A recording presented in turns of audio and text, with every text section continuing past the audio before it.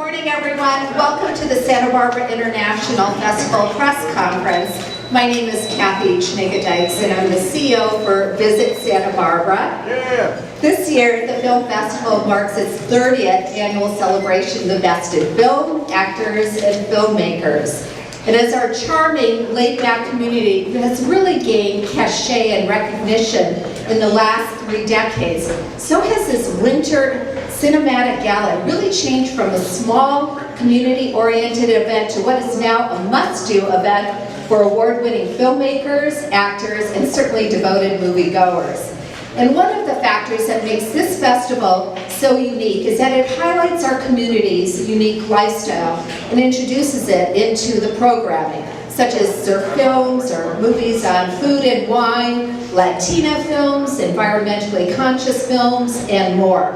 And shortly you're going to be hearing more about this year's lineup from Roger Durley.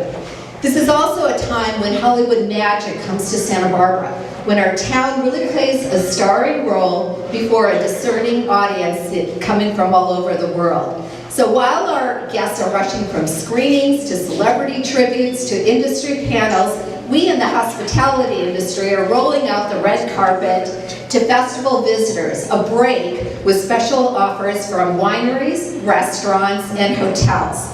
In fact, from January 27th through February 7th, mark your calendar, Film Feast 2015 invites festival guests to sample special featured deals on cuisine, libations, and spectacular hotel stays. And this year, to honor the festival's 30th anniversary, many of our restaurants and wineries have created menus inspired by films made since 1985. So think about Goonies, or how about Breakfast Club, or Dining on the Titanic. All of this can be found on spfilmfeast.com. And now I have the great privilege to introduce the person who's really made this festival a stunning success. He is the film-loving devotee who ably leads the Santa Barbara International Film Festival. Roger, the stage is yours.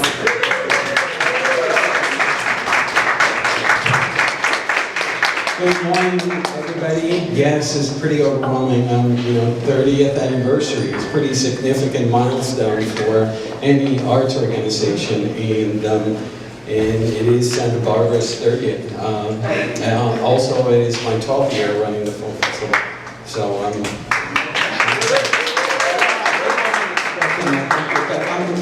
I just want to acknowledge that I know everybody's thoughts are with Paris, with friends, and je suis Charlie, and I just want to ask for just a minute of silence for the victims of yesterday's horrible terrorist attack.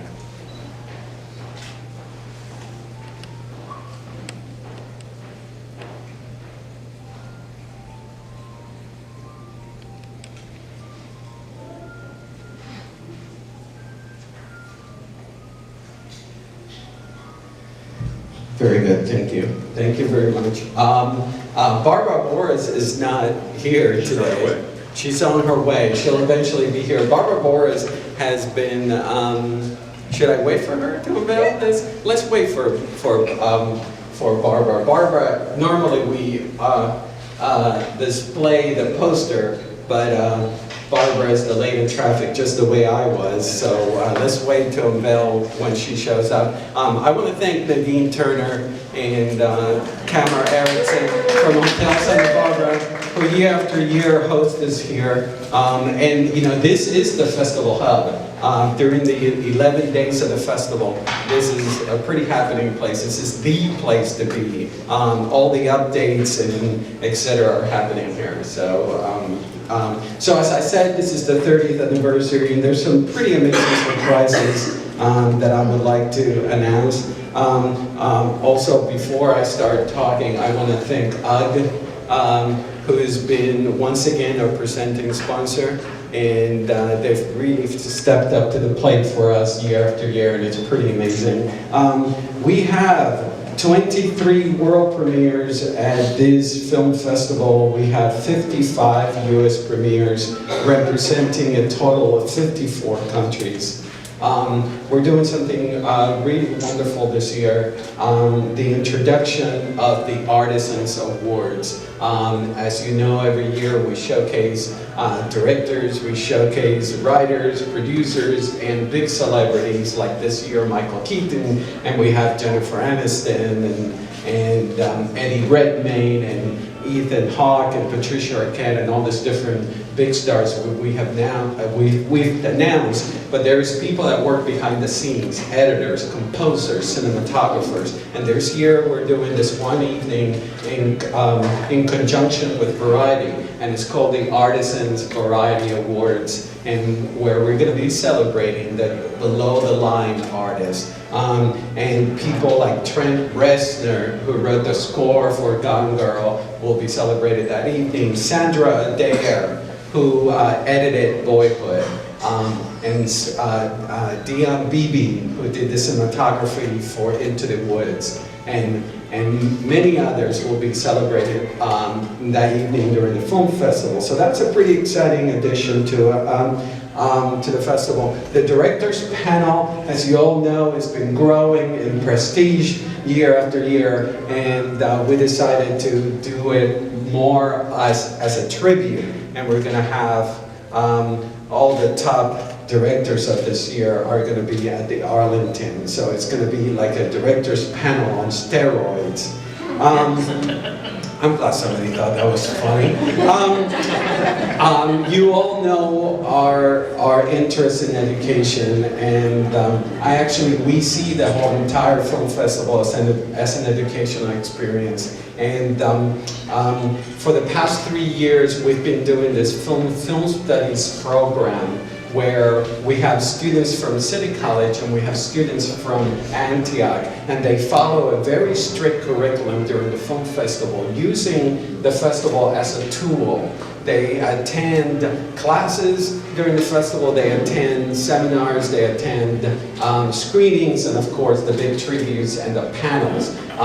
This year, we decided, the whole goal was for us to see if we can do a program like that on a local level, and then launch it on a national level. And this year we actually did, and we had 10 students coming from across the country to be here with us during the 11 days of the festival. We have even a student from my school, from Columbia University, coming from New York City. So 10 students will be with us. Of course, they'll be paired, not paired, but I mean they'll be with the local students as well. And the goal is to eventually continue growing that program so we have more than just 10 students. The reason why we started 10 was just so we can test the water and make sure that we're taking care of them as well as we can. We also, and this is the part that one of the things that I'm super excited about this 30th anniversary, we're going to be doing free screenings throughout the festival. Once a day there will be a designated screening at the Libero Theater, where after all the passes, the priority passes get in, every seat that's available is just open on the first come, first serve. First come, first serve basis. Thank you, Kate Schwab from the Downtown Organization. Yes, so it will be open to the locals and free screenings. I'm thrilled to do something like that for this amazing community. Also, as some of you know, when I took over the film festival 12 years ago, we instituted a Santa Barbara filmmakers sidebar. Russ Spencer is somewhere around here. He's been the leader of that, instrumental. And then this year is the first time that the Santa Barbara Filmmakers is going to be a juried section. We're going to select the best Santa Barbara film, and I think it's a pretty cool thing. Cox Communications is the sponsor of that, and they'll be celebrating. We're bringing back the Super Silent Sunday. I don't know if some of you know that there is a big organ underneath the Arlington, and all those little houses around the Arlington Theater are hiding pipes. And once a year we bring that organ up and we do a free screening of a classic silent film. And this year will be the Iron Mask, Douglas Fairbanks Jr. classic about the Musketeers. Field trip to the movies, Mike's field trip to the movies, where we bring 5,000 kids from the north San Ynez Valley, Lone Park, all over Santa Barbara. Title I schools, low incomes, public schools, third graders to fifth graders are brought into the Arlington, and they learn about film. This year they're going to be seeing the Lego movie, and they're going to have Chris Miller and Phil Lord, the filmmakers, are going to be doing a master class for those young kids. Last but not least, there's two new sidebars, two new sections of the film festival that I'm very excited about. There's the Nordic films it's curated by Mickey Dustovich, long programming staff member, and then we have a brand new exciting sidebar called Cinematic Overtures that lovely Whitney back there, Whitney Murdy has put together films that showcase music, theater, and dance. Speaking of theater, music, and dance, we already announced the US premiere, our opening night. It's a very timely film. It's called Desert Dancer, and it's set in Iran. And the film, as some of you know, in Iran, people are not allowed to dance. And this is based on a true story. Desert Dancer stars Frida Pinto, about a group of young people in Iran that wanted to dance, and they would meet in basements, and they would watch YouTube videos from the West, Michael Jackson videos, and they would dance in private, and they were persecuted for doing so. And that's we're starting the film festival with that film, and then we're closing with the U.S. premiere of Niki Caro's McFarlane USA. Niki Caro, some of you may remember the film Whale Watcher a few years back, Academy Award nominated film. Her new film is called McFarlane USA. It stars Kevin Costner, and Kevin Costner and Niki will be there on closing night for us. Amazing film, really heartfelt, about true story of a young Mexican immigrants that won 6 years in a row the state championship in track. And it's a really uplifting, amazing film, and we're really lucky to close the film festival with that. Well, Barbara is not here. Oh, there she is. Oh, come on in, Barbara. Barbara has done the poster for the past 12 years with us. So, you know, I'm actually, there is press releases out there that can give you all, all the stuff that I have not touched upon. I just was giving you the highlights for this year. It's going to be an amazing 11 days. And here's the unveiling of the poster that Barbara and I have worked on.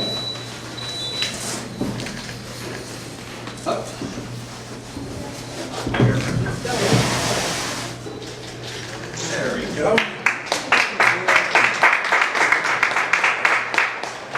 So yes, 30 years, 30 posters, and the building blocks to where we are today.